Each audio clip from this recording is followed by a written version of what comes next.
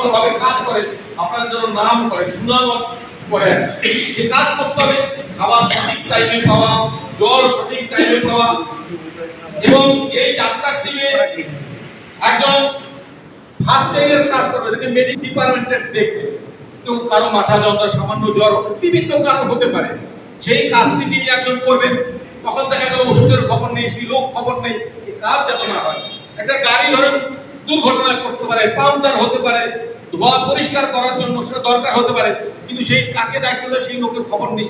এটা করলে না, সেই তুরন্ত একটা মিস্ত্রির সঙ্গে যোগাযোগ রাখতে হবে, সে বলার সঙ্গে সঙ্গে সে তো সারাই করতে পারে।